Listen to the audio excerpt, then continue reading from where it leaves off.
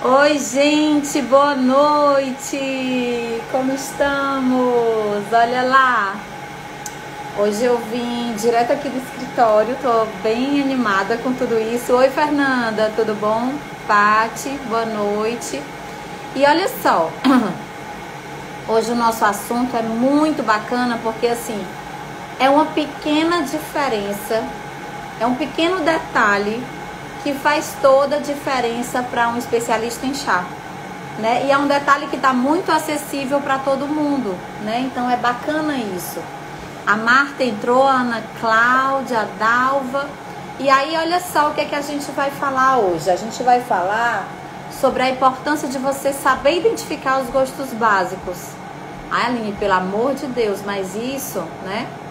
Gente, isso é importantíssimo, mas deixa eu só me apresentar, né? Para quem não me conhece, eu sou a Aline Loyola, eu sou sommelier de chás, especialista em chás, e eu tô aqui toda segunda e quinta-feira para te ensinar a ser especialista em chá e descobrir, aproveitar as oportunidades, os benefícios, os aromas e os sabores que o chá pode oferecer para você, por incrível que pareça. Boa noite, Dani!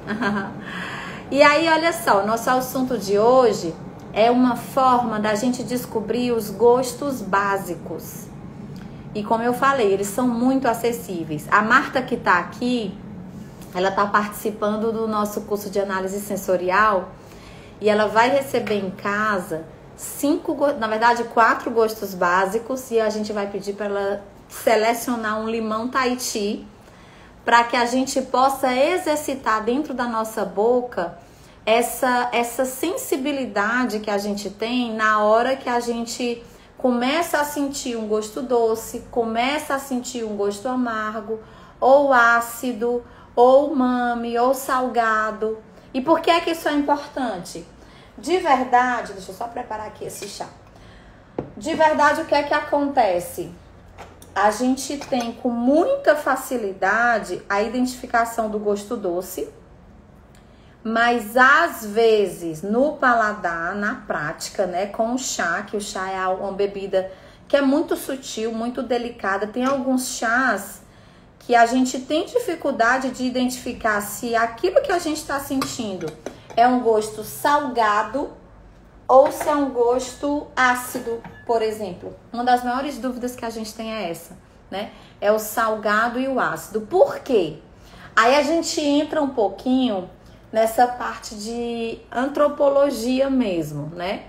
Na antropologia, o doce, a gente sempre vai estar mais, digamos assim, vai ter mais facilidade de encontrar o doce e o amargo. Por quê? Porque o doce é algo que nos dá energia. Então é como se o nosso organismo naturalmente já identificasse o doce. E em contrapartida, o amargo é literalmente o contrário, né? O amargo é como se fosse uma ferramenta de identificação para algumas plantas que podem causar a nossa morte, ou para algumas plantas venenosas, ou para algumas plantas que não nos fazem tão bem assim. Então, da mesma forma, a gente acaba identificando o gosto amargo com muita facilidade por uma questão de sobrevivência. Olha que interessante isso. É um dispositivo, digamos assim, colocado por Deus na gente, né? Para nos defender, tá? Deixa eu só servir aqui esse chá. Eu tô preparando como é o nome? Black Yunnan?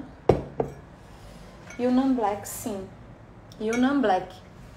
É um chá preto de Yunnan que também tem brotos e é sensacional. E eu vou só tirar o infusor porque já acabou o tempo de infusão.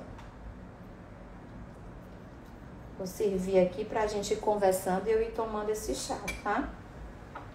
Deixar aqui no cantinho. É a parte boa de estar aqui. A mesinha tá do lado e eu não fico batendo o tempo todo no chá. Então, olha só. O que é que acontece com essa questão dos gostos básicos, né? Qual é a importância, né? Eu costumo dizer que, assim, existem diversas técnicas de você treinar isso.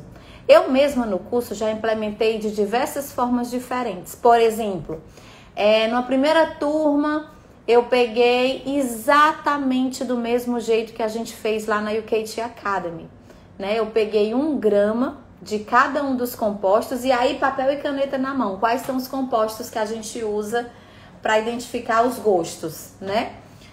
Pro gosto doce, açúcar cristal, tá? Açúcar cristal. Aí no primeiro curso eu fiz com 1 grama de açúcar cristal e diluí em água e a gente tinha que sentir esse gosto.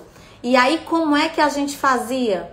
A gente identificava na nossa boca aonde é que tinha a salivação, aonde é que tinha mais corpo, quais eram as sensações táteis que a gente sentia na boca, né? Então assim, a gente vai meio que mapeando como é que esse gosto doce, o original, né, que é o açúcar, se comporta na nossa boca. E isso é importantíssimo, eu vou já dizer por quê, tá? Então o gosto doce seria o açúcar, falando em doce, entrou aqui, doce, B. O outro seria o gosto salgado, né? Como é que a gente identifica o gosto salgado? A gente pode treinar com sal marinho, né? Que é o mais, como é que eu posso falar? Como se fosse a fórmula mais perfeita para o salgado, né? Mais natural. Gosto doce, o açúcar. Gosto salgado, o sal marinho. O gosto amargo, a gente usa o café solúvel. Por quê? Porque a cafeína, a substância cafeína, ela tem como característica básica o amargor. Embora o café, olha isso que eu vou dizer, embora o café seja uma bebida doce, tá? Se você pega um café especial, se você prepara o café especial de uma forma adequada, na temperatura adequada, o gosto básico do café, na maior parte das vezes, é doce. Mas por que é doce? Porque tem outros elementos que estão ali postos também, que não é só a cafeína, tá? Tem óleos essenciais, tem várias coisas.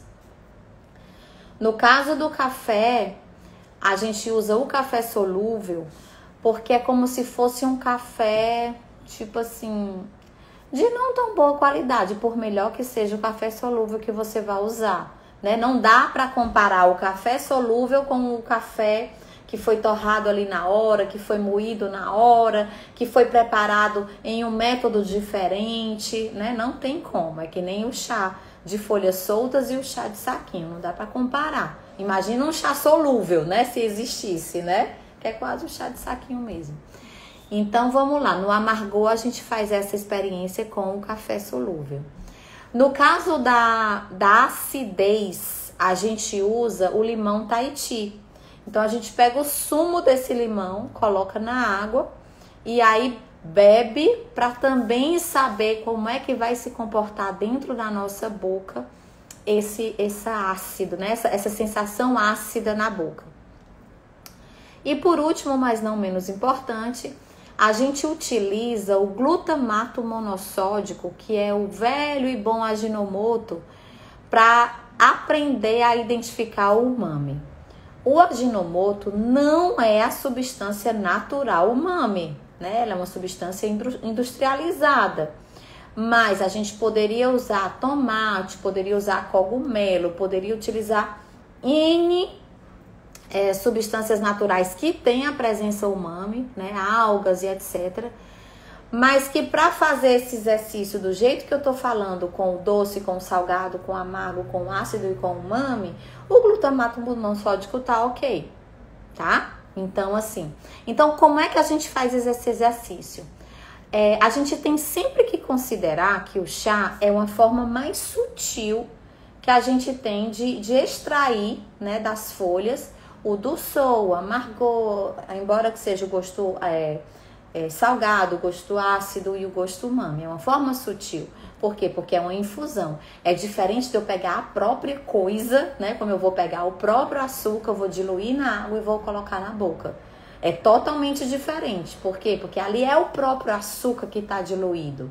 É uma proporção bem diferente do dulçor que eventualmente tenha no chá. Mas, como é um exercício para como é que eu posso falar? Como se fosse quase que geolocalização, né? Para a gente identificar na boca como é que vai ser essa salivação com o doce, como é que é a salivação com o salgado, como é que é a salivação com o amargo e assim por diante. E a gente perceber através desses outros sinais e não só pelo paladar, né? Porque os gostos, que são esses 5 gostos, doce, salgado, amargo, ácido e umami, esses gostos, eles são as únicas formas que o nosso paladar se manifesta, né? Aline, mas e o sabor? Né? O sabor das coisas, a gente identifica através do retrogosto. Na verdade é assim, a gente junta o gosto básico com o aroma, eles se juntam lá atrás no bulbo olfativo e quando volta o ar, né? Fecha a boca e bota o ar para fora. Quando a gente coloca o ar para fora pelo nariz, aí a gente sente aqui esse dulçor ou esse sabor das coisas. Por exemplo, se eu tô tomando um chá, né, como esse aqui, deixa eu dar um gole, com licença.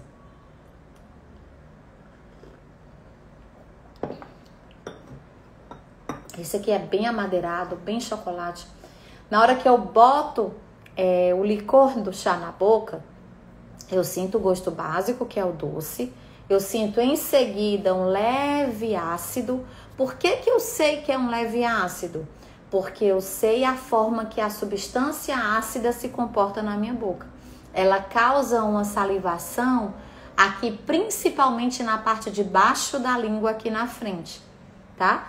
No meu caso. Então, como é que a gente faz esse exercício que eu tô falando?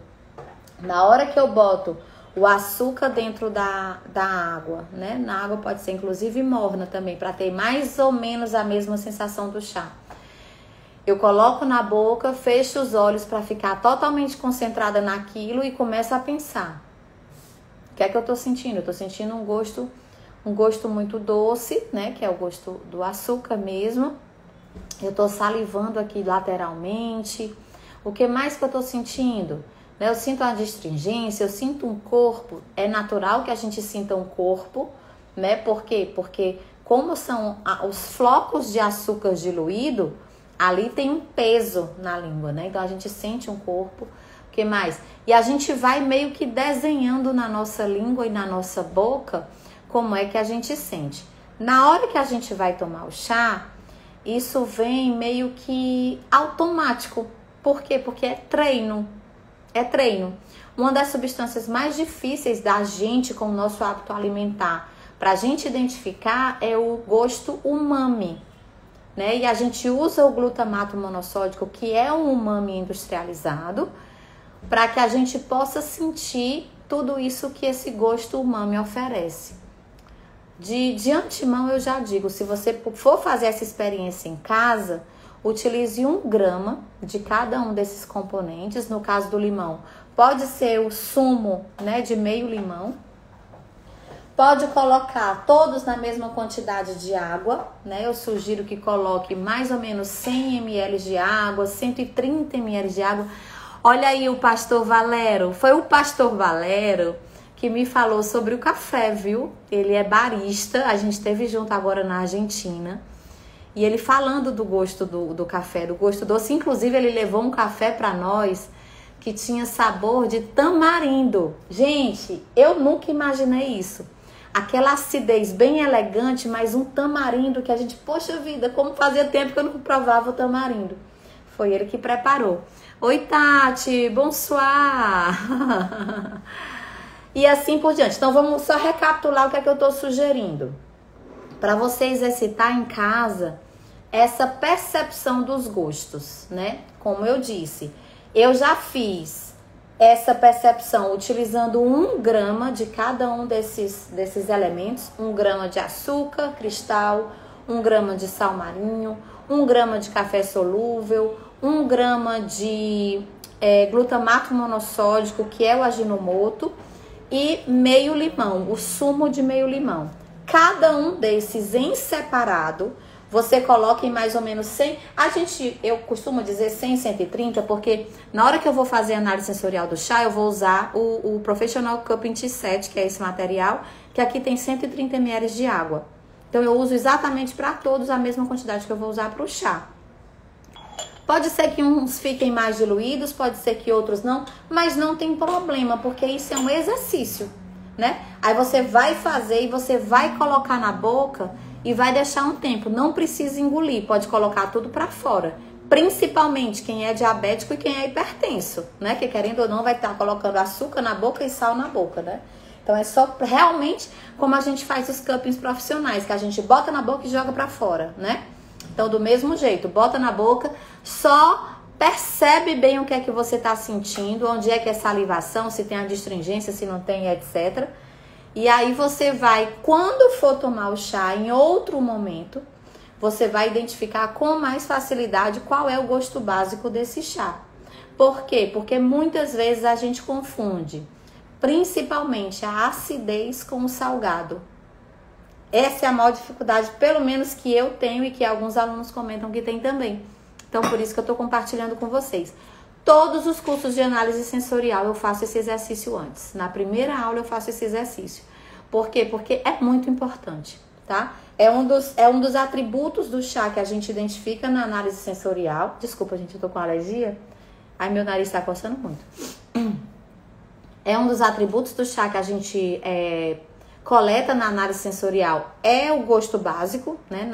É a primeira coisa que a gente toma nota na hora que a gente está fazendo análise sensorial e vai analisar o licor, né? Quando coloca na boca. Então é bacana vocês terem. E outra coisa, para quem quer ser, né, especialista em chá, ou quem é especialista em chá, quem é sommelier de chá, qual é a utilidade disso, né? É muito bacana porque, como eu falei, o sabor das coisas é construído a partir de 75% mais ou menos do que eu sinto de aroma, com mais ou menos 25% com o que eu sinto de gosto básico. Eles se juntam e formam o sabor de abacaxi, o sabor amadeirado, o sabor de chocolate, o sabor de fumaça e assim por diante. Eu repito sim, Patrícia. E aí, por que é importante? Porque na hora que você junta essas coisas, você vai conseguir identificar com mais clareza quais são os sabores e os aromas que estão ali naquele chá. E aí você pode até usar uma roda de aromas e sabores como referência. Eu sempre repito que essa daqui é do livro do chá da Linda Gaillardi, que é uma bem básica, bem acessível, apesar de que o livro não está mais disponível no mercado, né? Mas era um livro que a gente tinha em português e é um livro bem bacana. A gente está vendo se consegue pelo menos uma nova edição, porque até a editora não perdeu o interesse de fazer, etc. Enfim, outra história. Mas querendo ou não, aqui tem referências, né? Aqui tem os vegetais, tá de cabeça para baixo. Tem os vegetais, tem os terrosos, tem os amadeirados, tem os laticínios, tem minerais, tem fogo. Tem várias referências nessas grandes famílias que eu chamo, que vão te ajudar a encontrar o que é que tem dentro do seu chá, tá? É a junção desse gosto básico, que eu tô falando aqui o exercício e eu vou repetir que a Patrícia pediu, com os aromas que a gente sentiu, tá? Então, pra mim, isso é tipo assim, é o passo 1A. Tipo, a primeira coisa que você vai fazer. Deixa eu repetir o exercício para ficar mais claro. Para aprender a identificar os gostos básicos, você pega 1 grama de açúcar e dilui em mais ou menos 100 ml de água. Eu uso mais ou menos essa medida, porque é a medida que eu vou usar nos cursos, então eu sempre faço com 130 ml, que é a medida exatamente até debaixo desse dentinho do T7. Então eu boto 1 grama de açúcar para essa medida, a gente coloca na boca e começa a anotar o que é que a gente está sentindo de sensações, além do próprio gosto. Onde é que saliva, que mais? Onde é que tem a adstringência, se tiver? O que é que eu sinto logo em seguida, né? Tem pessoas que identificam que depois que consomem açúcar cristal, sentem um amargor no final. Mas será que isso vai aparecer depois lá no chá? Que vai ser só o doçor? Talvez não. Mas é bacana você fazer tipo um brainstorming de tudo do que você está sentindo. E principalmente identificar a salivação. A salivação para mim é o principal aspecto para eu identificar os gostos básicos. Onde é que saliva, né? Então eu faço isso com 1 grama de açúcar, eu faço isso com 1 grama de sal. Lembrando que você só vai botar na boca, sentir o que tiver de sentir, anotar o que tiver de anotar e vai cuspir fora. Você não vai engolir, tá? Principalmente diabéticos e hipertensos não engulam. E a gente também não, porque é horrível o sabor. Mas olha lá. Então, 1 grama de açúcar cristal na água, bota na boca, anota o que tem para anotar, joga fora. 1 grama de sal marinho, coloca na água pura, mistura bastante, anota o que tiver de anotar das sensações que está sentindo na boca, bota para fora. 1 grama de café solúvel, né? Mistura na água, coloca na boca, coloca para fora.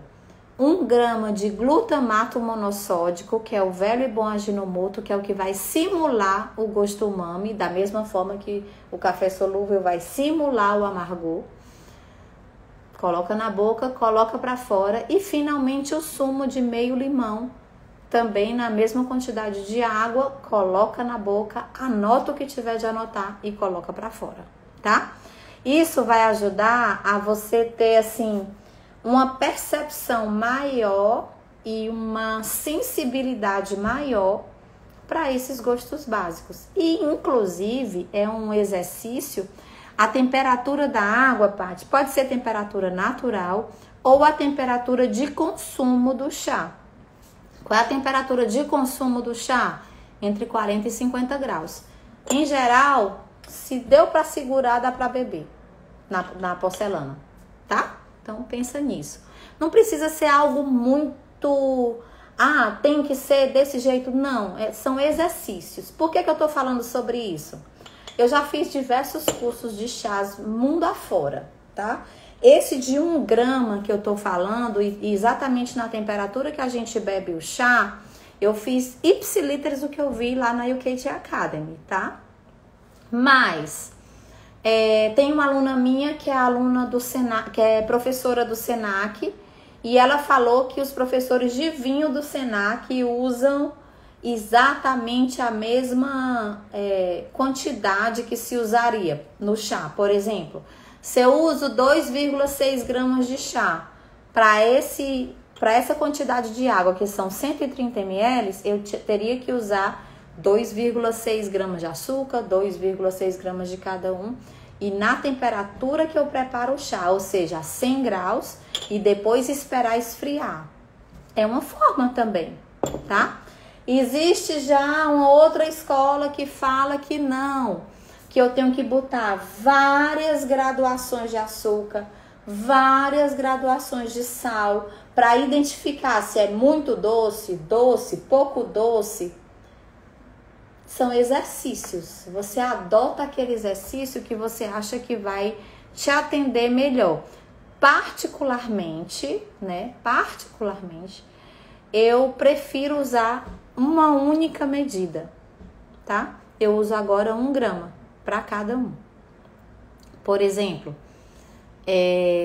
eu poderia usar 1 grama de açúcar, provar e ver o que é que acontece. Poderia colocar 2,5 gramas, provar e ver o que é que acontece. Poderia colocar 5 gramas, provar e ver o que é que acontece. Vamos combinar que o doçor, que é exatamente o estímulo que eu quero identificar com mais clareza. A salivação, a sensação vai ser exatamente a mesma naquele local, né? O que vai mudar é o corpo, é o peso na língua. Então, assim, de verdade, eu acho que não faz diferença. Existem profissionais que preferem assim e colocam uma escala de 4 ou 5, ou 3 ou 4 ou 5 escalas diferentes de doçor, escalas diferentes de acidez, escalas diferentes de amargor.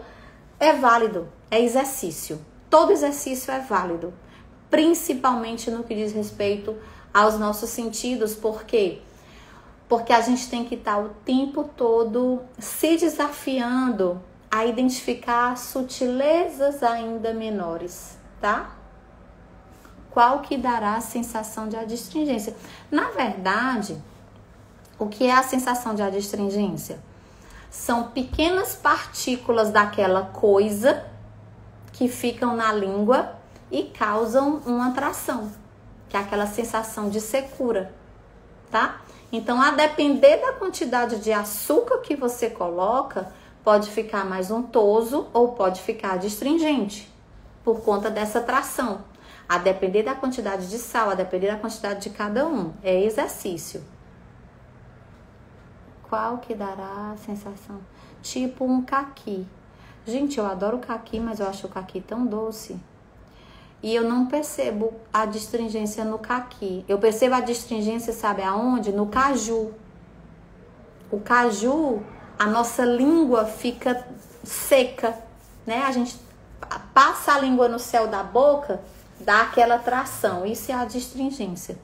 Ela é muito mais ligada a partículas suspensas que estão ali do que propriamente ao gosto básico.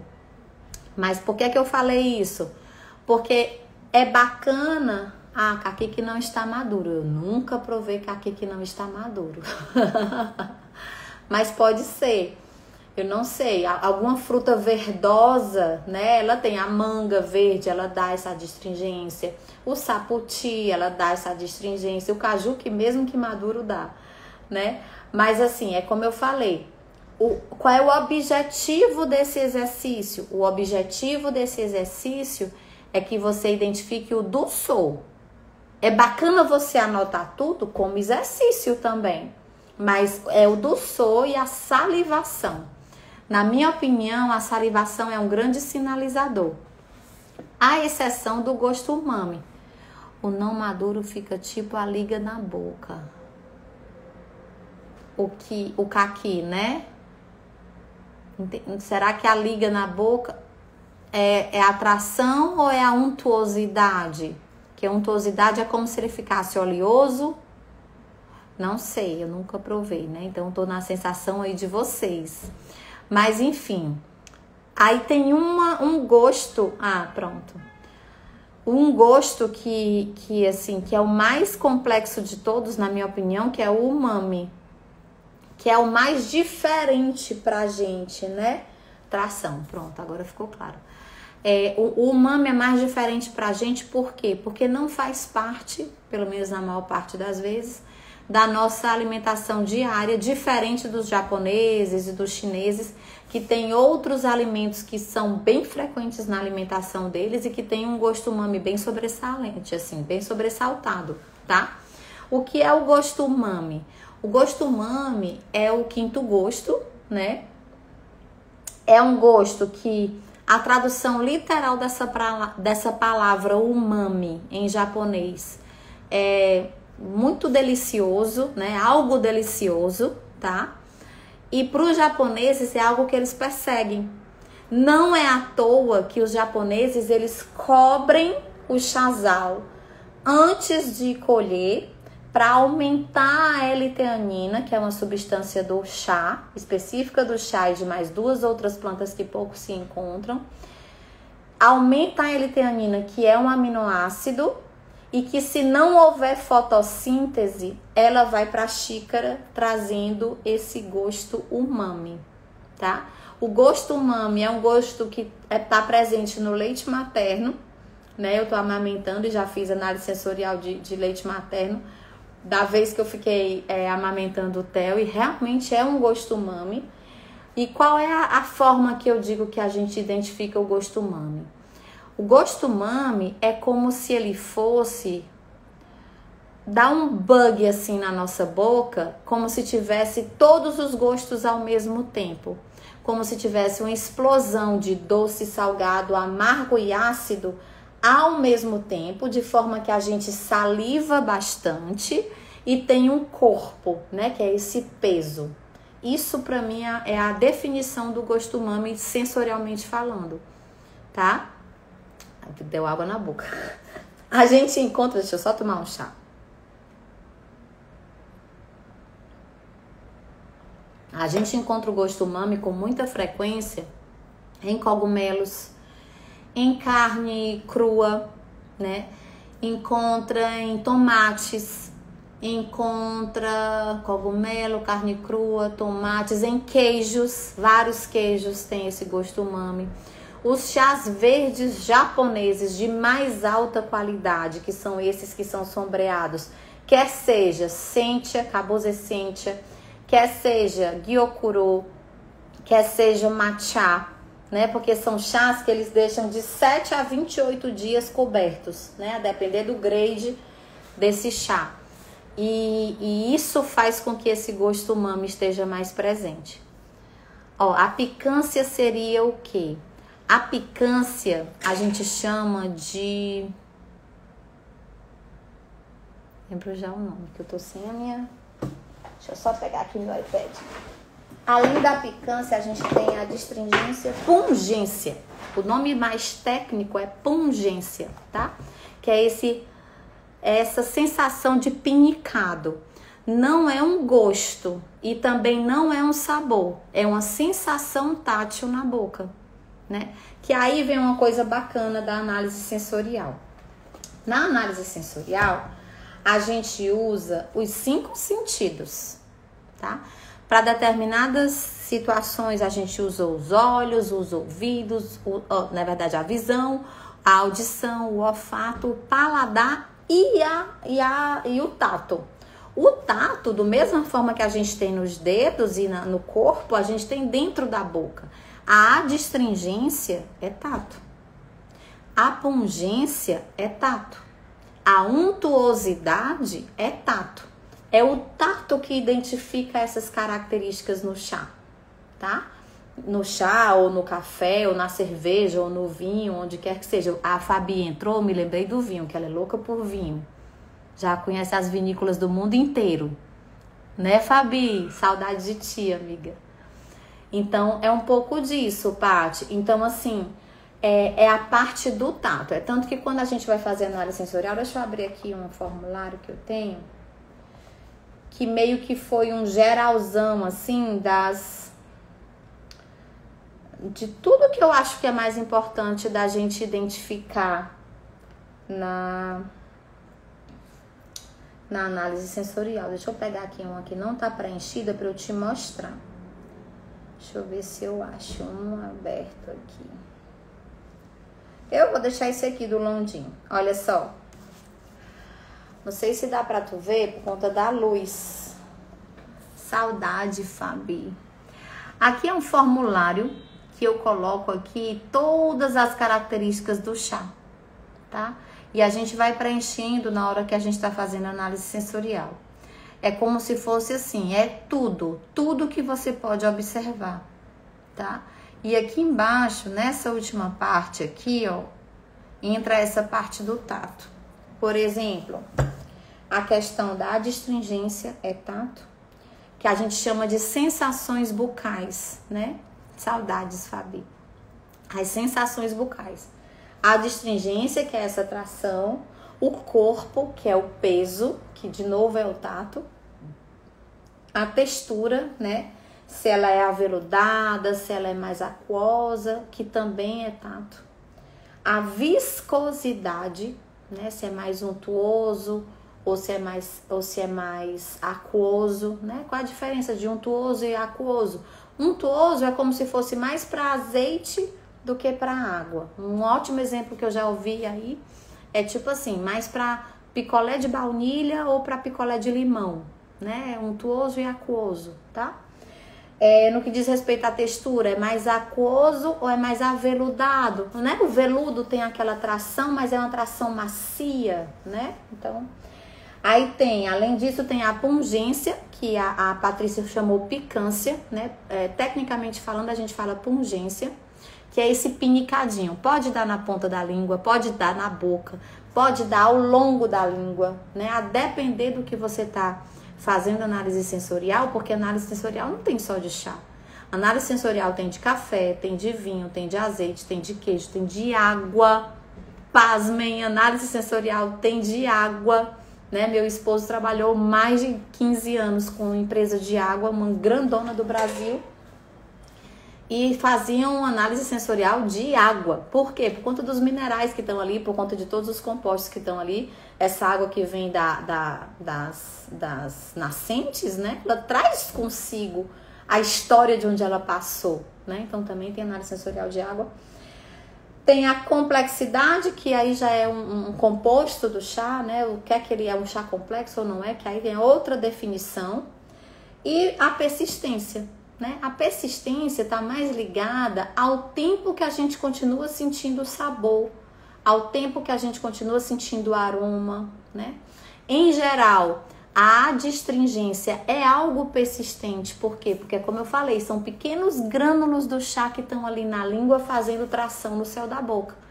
Então, querendo ou não, a adstringência é algo persistente. Mas, às vezes, não fica sabor, não fica aroma, fica só essa tração, tá?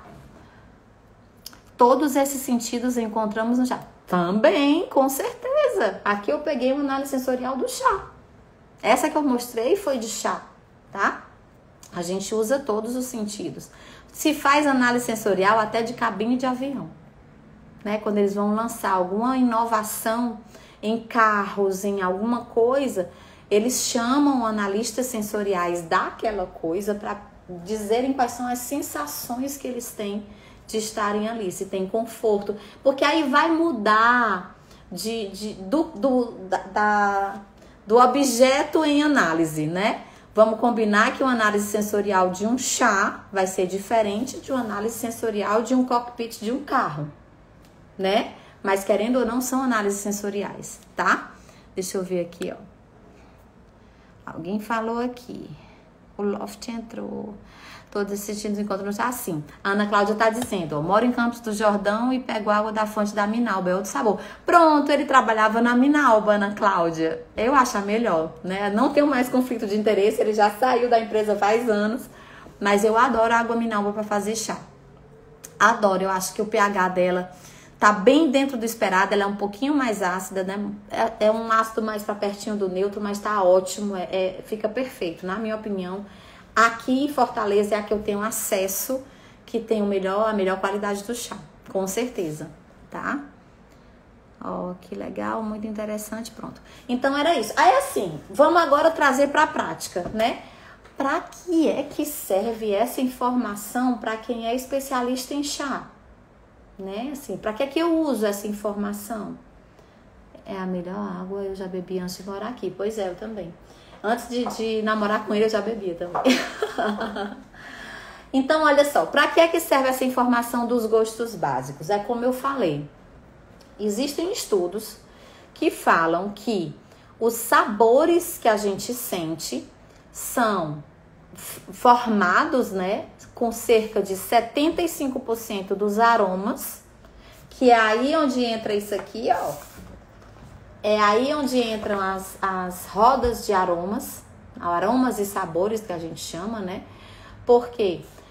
Porque aqui são os aromas das coisas. Aqui é o aroma de terra molhada, aqui é o aroma de chocolate, aqui é o aroma de flores do campo, aqui é o aroma das coisas que estão ao nosso redor, sendo alimento ou não, tá? Existem alimentos que têm aromas de coisas que não são alimentos. Por exemplo, a gente tem os chás escuros. Existem alguns chás escuros que têm aroma de estrumo. Eles não são bons, esses chás. Mas o aroma tá lá. E a gente tem a obrigação de escrever que aquele chá tem aroma de estrumo.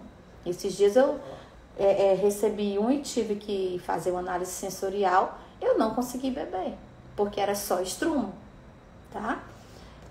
Existem chá, tá aqui, ó. Esse que eu tô tomando, o Yunnan Black, Yunnan Black, é um chá preto de Yunnan que tem brotos e ele tem aroma de couro, ele tem um aroma mais animal, tá? Então, o que é que acontece com isso? A gente acaba usando referências outras para um alimento, mas que são referências que estão na nossa biblioteca. Isso aqui, a gente segue essas linhas mestras, né, essas grandes famílias, mas esses pequenininhos aqui, cada um de nós tem o seu. Por quê? Porque aqui são as coisas mais específicas. Por exemplo, aqui é vegetal.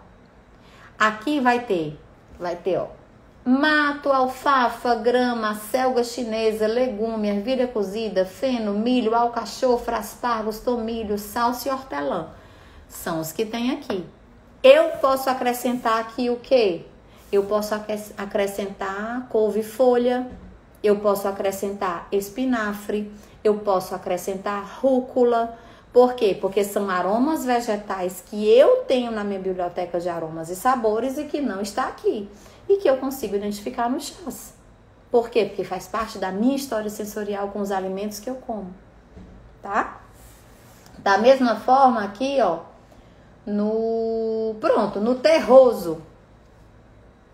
No terroso aqui tem um que é celeiro. Eu nunca estive no celeiro. Esse aroma não está na minha biblioteca sensorial. Aqui tem dizendo floresta úmida. Eu nunca estive na floresta úmida. Não está na minha biblioteca sensorial. Tá no máximo chão molhado. Por quê? Porque eu moro dentro de um parque. Eventualmente eu vou caminhar lá e tá molhado e eu sinto aquele aroma de terra molhada. Mas eu não sei se é o mesmo aroma de uma floresta molhada, tá? E aí, aqui cada um vai completando com a sua biblioteca sensorial e é aqui que eu sempre falo aqui no canal. Estejam atentos ao ambiente que os cerca, estejam atentos aos alimentos que vocês consomem, para que essa sua biblioteca sensorial esteja cada vez mais rica, tá? E que você consiga usufruir, assim, de uma forma mais plena de qualquer alimento que você vai comer, não só o chá. O chá é o mais delicado, é o mais sutil, mas qualquer alimento que você vai comer, se você estiver atento a tudo isso, vai ser uma experiência muito mais completa, tá? Então é isso. Então, para que serve eu identificar os gostos básicos?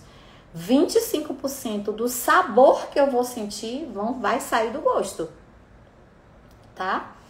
E aí existem outros estudos. Por exemplo, existe um estudo que fala que é como se fosse um crossover sensorial, né? Então, às vezes eu estou olhando uma coisa e suponho que ela vai ter um gosto básico ou um sabor tal, e quando eu sinto o gosto, quando eu sinto o sabor, é outra coisa totalmente diferente. Quem aqui já teve em um restaurante de comida molecular? Quem teve em restaurante de comida molecular vai saber exatamente o que eu tô falando. Uma vez eu tive num restaurante no Chile, que você recebia no prato, a apresentação do prato, o que era? Era como se fosse um estromo embaixo, uma areia molhada embaixo e a plantinha em cima, tá? Quando eu fui comer aquele prato, a gente não sabia o que era. Quando eu fui comer aquele prato, que eu dei a primeira garfada na areia, gente, a areia era como se fosse uma farofa doce. Eu nunca imaginei que ela seria uma farofa doce. Eu imaginei terra molhada. Então é como se o meu olhar tivesse enganado o meu olfato e o meu paladar. E aí tem outros estudos e tem outras situações que a gente tem que aplicar isso para análise sensorial. E é por isso que a cozinha molecular é tão interessante, nesse lado que é mais mágico, né? A cozinha molecular também serve para outros fins, né? A cozinha molecular também serve para trabalhar os alimentos para pacientes oncológicos. Também tem um fundamento mais científico e mais humano, que não seja tão só de diversão, tá? Mas existe também esse cruzamento de sentidos, que um engana o outro, né? E ainda digo mais, às vezes a gente encontra isso no chá também, né? Às vezes a gente vê um chá que tem um determinado aroma nas folhas úmidas, porque as folhas úmidas elas acabam dando um certo spoiler do que a gente vai encontrar na xícara, e na hora que a gente bota o licor na boca é outra coisa totalmente diferente, tá? Mas são exceções. A maior parte das vezes o que a gente sente nas folhas úmidas vai estar ali de alguma forma no licor também, tá? Mas assim, a gente identificando os gostos básicos, a gente tem mais facilidade de identificar aromas e sabores. também depende dessa nossa pesquisa do nosso mundo ao redor para enriquecer a nossa biblioteca. E para que é que serve isso? O que é que o especialista em chá faz com isso? Harmonizações. O que é que um especialista em chá faz com isso? Começa a identificar se aquele chá que eu estou comprando é realmente o que ele diz que é. Vou dar um exemplo que eu vivi esses dias. Eu tive na Argentina, num curso de cultivo de chá, uma coisa bem mão na massa mesmo, de plantar, de colher, de processar e etc. Só que tudo isso também é sensorial. No processamento do chá, é através dos aromas que a gente sente das folhas em processamento que a gente sabe se já está no ponto ou não, se já pode tirar do sol ou não, se já pode colocar no forno ou não, se já pode parar de enrolar ou não. Não só aroma, mas o aspecto das folhas e assim, é tudo muito sensorial. E eu levei alguns chás que eu tinha para compartilhar com as pessoas lá, que eram chás diferentes para as pessoas. E eu levei um determinado oolong que, tipo assim, todo mundo olhou e disse, não, isso não é um oolong. E eu sabia que, assim, não tem a característica sensorial de um oolong, né? Mas eu levei porque tá lá no rótulo e tudo. E eu levei meio que pra colocar a prova mesmo para as pessoas, até pra testar aquilo que eu tava bebendo e que eu tinha uma opinião formada sobre, né? E realmente foi unânime, gente, isso aqui não é oolong não. Isso aqui é um chá preto, um chá escuro, mas não é oolong. Com essas características sensoriais não tem como ser oolong. Então, assim, serve pra gente pagar quanto vale cada chá. E a gente identificar as características que se espera daquele chá. Então é importantíssimo para o especialista. É importantíssimo para quem vai fazer uma harmonização. Ah, Aline, mas eu não quero trabalhar com chá, eu só gosto de chá. Eu ouço muito isso, né? Eu só gosto de chá, eu não quero trabalhar com chá. Ok, se você só gosta de chá e compra um chá para fazer uma harmonização na sua casa, para o seu jantar, para tornar uma experiência super diferente para os seus convidados, você precisa saber qual que chá é aquele. Você precisa identificar até para você escolher os alimentos que você vai harmonizar, tá? Então, assim, é uma área muito desafiadora, mas é uma área incrível do chá, que é essa área das análises sensoriais e das sensações e etc. Ó, no mundo dos chás, os opostos combinam, exemplo, tipo o queijo que é salgado e goiabada. Totalmente, Patrícia. Na verdade, a gente não pode tratar o mundo do chá como algo à parte do mundo da gastronomia. O chá é um elemento gastronômico, sim. Eu participei de 2 congressos brasileiros de gastronomia apresentando uma mesa com chá, a convite dos organizadores. E a harmonização dos chás com outros alimentos. Por quê? Porque o chá é um alimento, é a segunda bebida mais consumida no mundo, né? Mundo afora, você bebe o chá com tudo que você come. E querendo ou não, pelo menos pra mim, chegou primeiro a harmonização do chá com bolo. E por muito tempo eu só tomava chá com bolo. Quando eu comecei a estudar chá e quando eu comecei a entrar nessa parte de análise sensorial e me dedicar mais a ela, porque foi meu calcanhar de Aquiles, né? Eu fiz um curso que é como se a professora tivesse dito que eu não era apta para aquilo, só que a gente é treinável e eu sou a pessoa que não sentia aroma de nada. Eu sou a pessoa que achava que chá era tudo igual. Eu sou a pessoa que não conseguia diferenciar o aroma de uma coisa do aroma de outra. E você vai treinando os seus sentidos ao longo do tempo. Você chega do jeito que você tá. E você vai sendo conduzido e vai sendo treinado para que você passe a identificar também, tá? E aí, por causa disso, eu comecei a desenvolver isso e me encantei de uma forma, assim, que eu não consigo mais voltar, né? Assim, eu quero ir cada vez mais me especializar nisso, porque eu acho que é uma área que abre mais o leque do chá. Abre o leque do chá para qualquer alimento que você queira harmonizar. Você pode harmonizar, porque aí o que a Patrícia está falando já é a parte de regras de harmonizações. E essas regras de harmonização são regras da gastronomia. Por exemplo, existe uma regra mãe que é algo robusto com algo robusto, algo sutil com algo sutil. Essa é a regra mãe. Mas existem 3 formas de você harmonizar. Pode ser por similaridade, pode ser por contraste e pode ser por fusão. O que ela está falando aí é do contraste. Ok, se aplica com chá, se aplica com cerveja, se aplica com chocolate, se aplica com azeite, se aplica com tudo, com meles, com tudo, tá? Então é uma regra de harmonização, é uma regra gastronômica, tá bom? E a Nanda tá perguntando, como saber se um chá é verde ou oolong? Aí, Nanda, já é uma outra história, porque aí a gente já tá falando de processamento, tá? O que é que acontece com o processamento? Existem convenções mundiais que determinam que um chá verde é um chá que não tem nada de oxidação e que não tem nada de fermentação, tá? Ele passa por um processo chamado desenzimação, aonde as enzimas, né, responsáveis pela oxidação são bloqueadas e esse chá fica fresco, sempre fresco. Esse é um chá verde.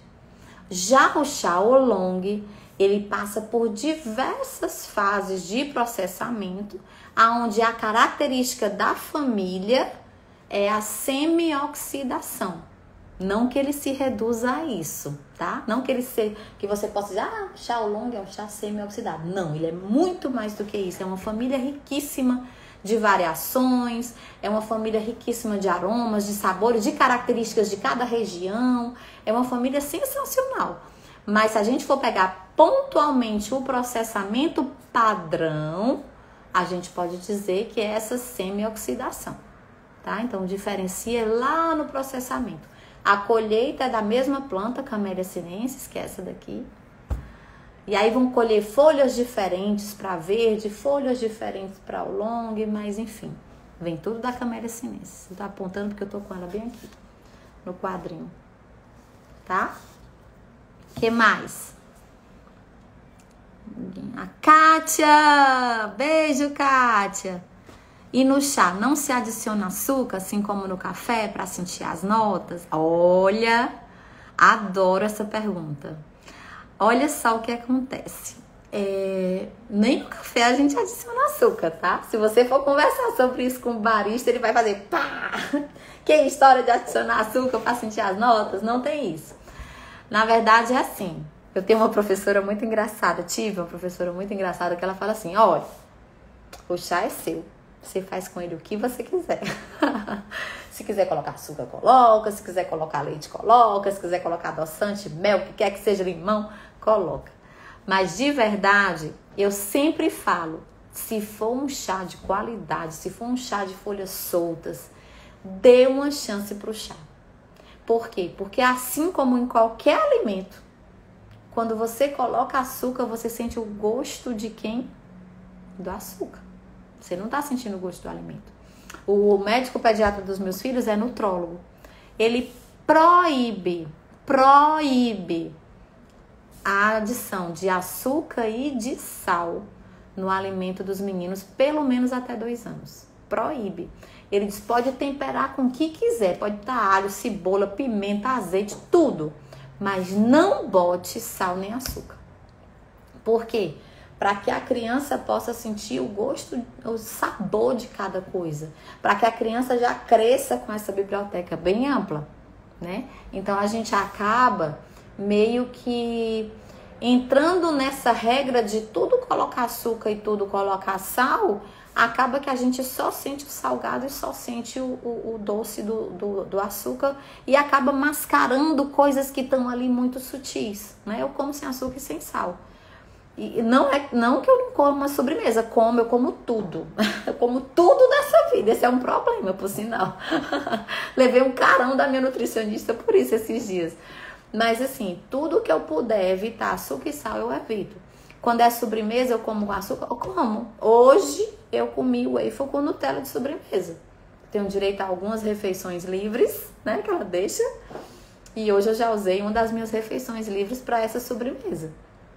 Mas isso é rotina? Não. Isso é exceção. Por quê? Porque eu preciso sentir os aromas e os sabores das coisas em si. Porque isso é bom para mim no que diz respeito à saúde. Isso é bom para mim, para que eu esteja ali presente na minha refeição, tentando identificar o que é que tá ali, para que eu possa enriquecer a minha biblioteca de aromas e sabores. Então tem muitos ganhos, e sem falar na saúde, né? Quanto menos açúcar e quanto menos sal, mais saudável você fica, tá? Então é um pouco disso também, tá bom? Deixa eu ver aqui a Yanice Alencar. Acho o universo... Yanice, eu sou essa pessoa. Não desanima. E eu não sou sozinha nessa história. Eu tenho diversas alunas, mas diversas alunas, que nunca imaginaram sentir nada. Inclusive, elas diziam que assistiam minhas lives e eu falava, eu tô sentindo aroma amadeirado de eucalipto. Aí ficava, eucalipto. Até parece que dá pra sentir. Sabe? Ficavam, tipo, duvidando. Hoje em dia, essas criaturinhas estão tudo fazendo grupinho de análise sensorial para fazer análise sensorial de chá toda sexta-feira. São essas aí que achavam que não conseguiam. Sabe por quê? Porque é treinável. Seu paladar, seu olfato. Por isso que fala paladar infantil, são as pessoas que têm sempre aquelas mesmas opções. Mas você pode amadurecer o seu paladar e o chá é um ótimo aliado com isso. Porque ele te estimula a querer conhecer as coisas. Eu já falei aqui que eu era uma vegetariana que não comia vegetais. E pode, né? Produção, isso pode, né? Era isso, né? E depois você vai tomando consciência das suas escolhas e vai fazendo melhores escolhas ao longo da vida, né? Se Deus quiser, vai melhorando e não piorando. Deixa eu ver o que mais. Pronto, a Fabi também. Pra mim, chá ou café com açúcar vira garapa, a Deise.